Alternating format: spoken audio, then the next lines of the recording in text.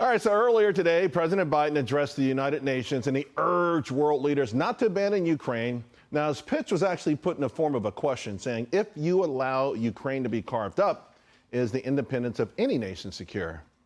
Biden also stressed global unity, which many Americans might find odd since he spends a lot of his time ripping apart Americans who didn't vote for him.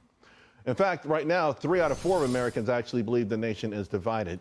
Joining me to discuss Kennedy Saves the World, host of Kennedy Saves the World, Kennedy. Hello. All right, Kennedy, Biden, it does, listen, no matter where you come down on, no one wants Russia to prevail. We all agree on that. The unlimited amounts of money that have been going over, people are worried about that. They're going to be more concerned as we go into recession.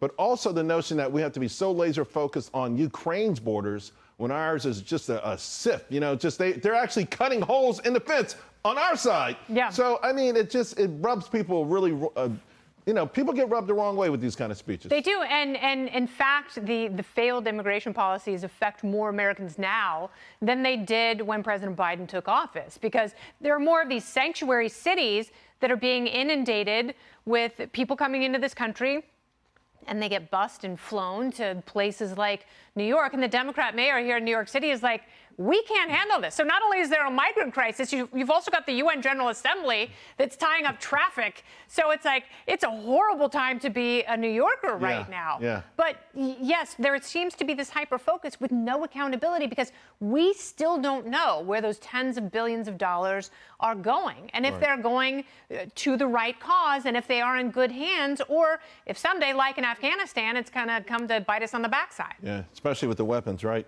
So I'm listening to this, I'm thinking of famous presidential speeches. Obviously Eisenhower's and military-industrial complex always comes to mind when you talk about this, but also with George Washington and his farewell address. And he had a lot of interesting points in here. The first thing is his concern about the safety of the Constitution, which at that time was only 8 years old. It feels like it's being trampled on right now. Mm-hmm.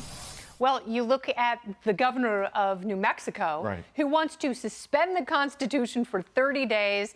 And, even though she has taken an oath to uphold and support and defend the Constitution, she doesn't want to do that because it's politically inconvenient for her. But this is something that the founding fathers saw way back, including James Madison and Alexander Hamilton.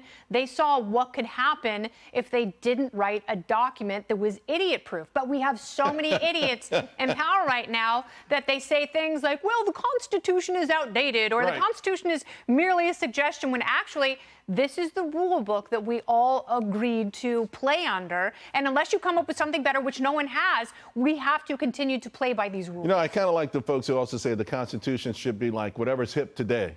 It should evolve with the times. You know what I mean? The TikTok Constitution. Yeah, the TikTok Constitution. Wouldn't that be great? Another thing that was interesting, too, he said he urged Americans to subordinate sectional jealousy, it really is like the political parties at war with each other.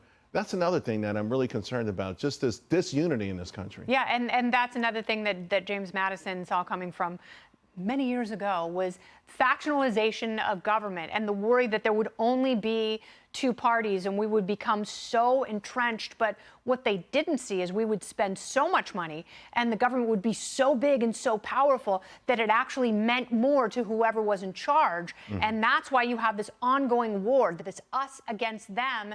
And it tears the country apart and really puts Americans against each other. It's a damn shame. I got less than a minute to go. I'm a stock market guy. We got an IPO coming up, Birkenstocks. Now, this is what the CEO said, Birkenstock, that it's made a breakthrough in modern feminism, because now everyone's going for functional footwear, not those pumps that you always walk around the building in. So should I be buying this on the notion that there's a new brand of feminism that will be represented by the Birkenstock? I'm not a biologist, so I can't tell you what a woman is. Therefore, I can't tell you what feminism is. But my friend's uncle once said that a farmer in Germany stepped in a cow pie and went, Birkenstock!